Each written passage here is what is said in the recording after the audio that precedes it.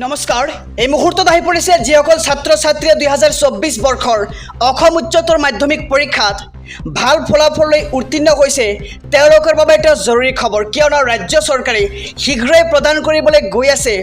প্ৰজ্ঞান ভাৰতী আঁচনিৰ সুবিধা অৰ্থাৎ স্কুটি তোমালোকে শীঘ্ৰেই লাভ কৰিবলৈ সক্ষম হ'বা আৰু এই স্কুটি লাভ কৰিবলৈ তোমালোকৰ কি কি যোগ্যতা লাগিব কিমান শতাংশ নম্বৰ পালে তোমালোকে লাভ কৰিবা স্কুটি লগতে ল'ৰাসকলে এইবাৰ লাভ কৰিব না নাই স্কুটি আৰু যদি লাভ কৰে তেন্তে কিমান পাৰ্চেণ্টেজ অৰ্থাৎ কিমান শতাংশ নম্বৰ লৈ ল'ৰাসকলে লাভ কৰিব স্কুটি আজিৰ এই সকলো প্ৰশ্নৰ উত্তৰ তোমালোকে আজিৰ এই ভিডিঅ'খনৰ যোগেদি জানিব পাৰিবা গতিকে ভিডিঅ'খনত ক্লিক কৰিছা যদি তেনেহ'লে ভিডিঅ'খন প্ৰথমৰ পৰা শেষলৈকে অতি মনোযোগেৰে চাই যাবা তেন্তে আহক আজিৰ এই ভিডিঅ'খন আৰম্ভ কৰিছোঁ প্ৰজ্ঞান ভাৰতী স্কুটি আঁচনি অসম চৰকাৰে 2020 চনত প্ৰজ্ঞান ভাৰতী আঁচনি নামেৰে এখন আঁচনি আৰম্ভ কৰিছিল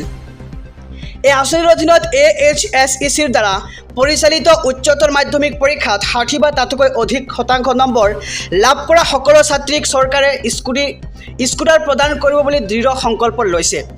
শেহতীয়াকৈ কেবিনেটে ঘোষণা কৰা অনুসৰি এই আঁচনিখনে 2024 বৰ্ষৰ বাবেও ছাত্ৰ ছাত্ৰী উভয়কে স্কুটাৰৰ ব্যৱস্থা কৰিব আৰু 75 বা তাতকৈ অধিক নম্বৰ লাভ কৰা ছাত্ৰ ছাত্ৰীসকলে প্ৰজ্ঞান ভাৰতী আঁচনিৰ দ্বাৰা উপকৃত হ'ব আৰু সম্পৰ্কীয় আনন্দৰাম বৰুৱা বঁটা কিয়নো এই বঁটা কিন্তু আগতে তোমালোকক লেপটপৰ ব্যৱস্থা কৰা হৈছিল আৰু এইবাৰ কিন্তু ৰাজ্য চৰকাৰে এই বঁটা সলনি কৰি স্কুটি প্ৰদানৰ সিদ্ধান্ত লৈছে 2020 চনতেই আৰু অসমৰ মুখ্যমন্ত্ৰী ডক্টৰ হিমন্ত বিশ্ব শৰ্মাই প্ৰজ্ঞান ভাৰতী আঁচনিৰ অধীনত উচ্চতৰ মাধ্যমিক পৰীক্ষাত ক্ৰমে 60% আৰু 75% লাভ কৰা ছোৱালী আৰু ল'ৰাক আনুষ্ঠানিকভাৱে স্কুটাৰ বিতৰণ কৰে আৰু বৰ্তমান ষষ্ঠ বৰ্ষত ভৰি দিয়া এই পদক্ষেপে সন্মানীয় সাহিত্যিক তথা ভাষাবিদ ডক্টৰ মাণিকান্ত কাকতিৰ স্মৃতিত সন্মান জনাইছে আৰু 2023 বৰ্ষত 35,770 গৰাকী ছাত্ৰ ছাত্ৰীয়ে স্কুটাৰ লাভ কৰিবলৈ সক্ষম হৈছে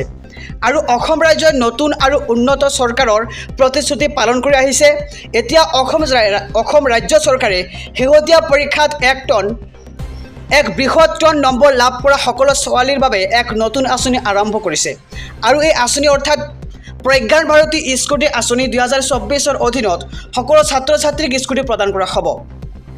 আৰু আজিৰ এই প্ৰতিবেদনত আমি আপোনালোকক আঁচনিখনৰ বিষয়ে সবিশেষ শ্বেয়াৰ কৰিম যাতে আপোনালোকে এই আঁচনিৰ সুবিধাৰ পৰা বঞ্চিত নহয় আমি যোগ্যতাৰ মাপকাঠি লগতে আবেদন পদ্ধতিৰ বাবে পদক্ষেপ পদ্ধতিও এই সৰু ভিডিঅ'খনৰ যোগেদি আলোচনা কৰিম তেন্তে আহক এতিয়া আমি স্কুটি লাভ কৰিবলৈ যোগ্যতাৰ বিষয়ে সবিশেষ জানি লওঁ ইয়াতে কোৱা হৈছে যোগ্যতাৰ মাপকাঠি অৰ্থাৎ স্কুটি লাভ কৰিবলৈ ল'ৰা বা ছোৱালীজনীয়ে কি যোগ্যতা অৰ্থাৎ কিমান শতাংশ নম্বৰ পাব লাগিব ইয়াতে কোৱা হৈছে যে আবেদনকাৰীয়ে প্ৰজ্ঞান ভাৰতী স্কুটি আঁচনিৰ বাবে আবেদন কৰিবলৈ তলত দিয়া যোগ্যতাৰ মাপকাঠিসমূহ মানি চলিব লাগিব প্ৰথমতে কোৱা হৈছে যে আবেদনকাৰী অসম ৰাজ্যৰ স্থায়ী বাসিন্দা হ'ব লাগিব দ্বিতীয়তে কোৱা হৈছে আবেদনকাৰী কন্যা হ'ব লাগিব এইটো আগৰ আপডেট হয় আৰু নতুনকৈ যিহেতু ল'ৰাসকলে লাভ কৰিব স্কুটি গতিকে এইবাৰ ল'ৰা ছোৱালী উভয়ে লাভ কৰিব এইবাৰ স্কুটি আৰু আবেদনকাৰীয়ে অসম ৰাজ্যৰ দ্বাদশ শ্ৰেণীৰ চৰকাৰী বিদ্যালয়ৰ পৰীক্ষাত প্ৰথম বিভাগ লাভ কৰিব লাগিব লগতে আবেদনকাৰী অসমৰ চৰকাৰী বিদ্যালয়ত পঢ়ি থকা হ'ব লাগিব